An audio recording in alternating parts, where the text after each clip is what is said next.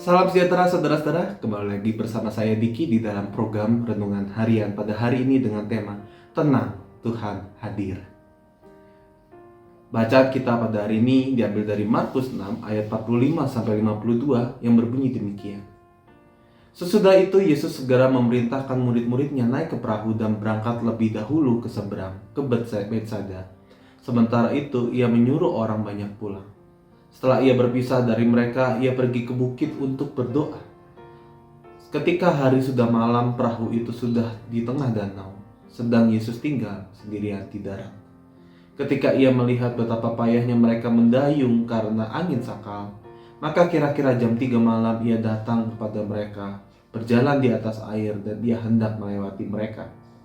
Ketika mereka melihat dia berjalan di atas air, mereka mengira bahwa ia adalah hantu. Lalu mereka berteriak-teriak, sebab mereka semua melihat dia, dan mereka pun sangat terkejut. Tetapi segera ia berkata kepada mereka, "Tenanglah, aku ini, jangan takut." Lalu ia naik ke perahu mendapatkan mereka, dan angin pun redalah. Mereka sangat tercengang dan bingung, sebab sesudah peristiwa roti itu, mereka belum juga mengerti, dan hati mereka tetap degil. Ketakutan ini adalah sebuah hal yang wajar ketika kita mengalami ataupun menghadapi situasi yang tertentu. Takut ini merupakan perasaan yang muncul ketika mungkin kita menghadapi situasi bahaya. Seperti misalnya ketika bayangkan ada seekor ular berbisa yang masuk ke rumah Anda. Tentu kita akan merasa takut. Atau mungkin misalnya tiba-tiba ada harimau di perkomplekan gitu ya. Pasti kita akan merasa takut.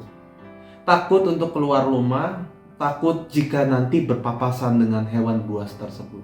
Ada juga orang yang takut dengan tempat tinggi, makanya biasanya mereka sangat menghindari tempat-tempat yang tinggi ataupun melihat ke bawah ketika misalnya berada di mall yang tinggi. Ada orang yang takut dengan kegelapan sehingga ia berusaha untuk menyalakan lampu ketika tidur. Ada juga mungkin orang yang takut dengan hantu. Mungkin juga karena mereka habis nonton film horor, jadi mereka begitu ketakutan sehingga tidak bisa tidur. Karena takut, orang biasanya menjadi panik. Karena takut, biasanya orang tidak berpikir jernih dan logis lagi. Ketakutan yang besar ini juga tampak jelas ketika kita melihat dari apa yang dirasakan atau dialami oleh para murid pada saat itu.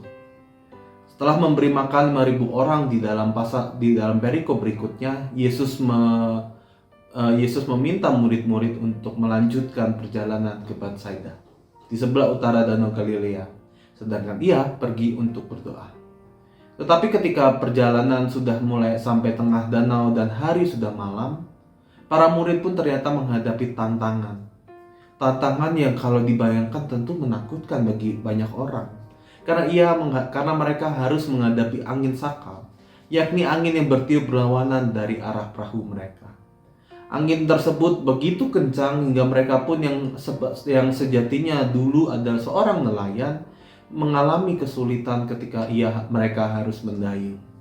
Saya membayangkan gitu ya, kalau misalnya kita naik kapal feri gitu ya. Saya dulu pernah naik kapal feri dari Banyuwangi menuju ke Bali gitu. Terasa ombak tingginya 2-3 meter aja udah rasanya muntah, udah mau mabuk gitu ya. Dan bagi saya, hati saya udah deg-degan.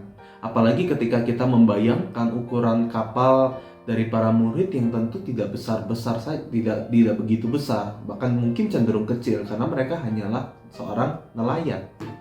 Tetapi ketika di dalam situasi itu, tentu ketakutan itu muncul.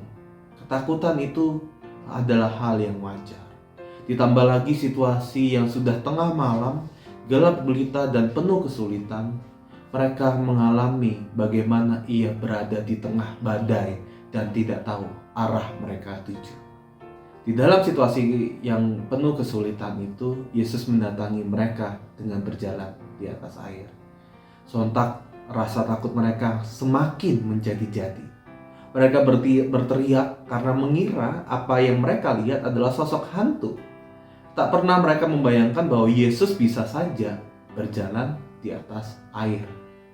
Ketika Yesus yang tak terduga itu datang dan akhirnya menenangkan mereka, para murid masih bingung dan tercengang. Pengalaman bersama Yesus yang dahulu Selama Yesus melayani banyak orang, belum cukup untuk membuat mereka mengerti dan percaya bahwa Yesus adalah Tuhan. Jangan-jangan kita pun sama seperti para murid itu. Mungkin kita bertahun-tahun menjadi seorang Kristen, berulang-ulang kali mengalami penyertaan dan kehadiran Tuhan di dalam kehidupan kita. Namun tetap saja ketika kita menghadapi angin sakal ataupun badai kehidupan di dalam kehidupan kita tetap masih diliputi dengan rasa cemas. Kita tetap merasa takut. Pikiran kita dipenuhi dengan bayangan mengerikan, hal-hal negatif dan kecemasan yang berlebihan. Sehingga kita gagal melihat kehadiran Tuhan di tengah segala apapun yang kita alami. Padahal apabila kita mencoba untuk kembali mengingat bagaimana penyertaan Tuhan di dalam badai-badai hidup kita yang sebelumnya, kita terus akan menyadari bahwa Tuhan ada selalu hadir bersama-sama dengan kita.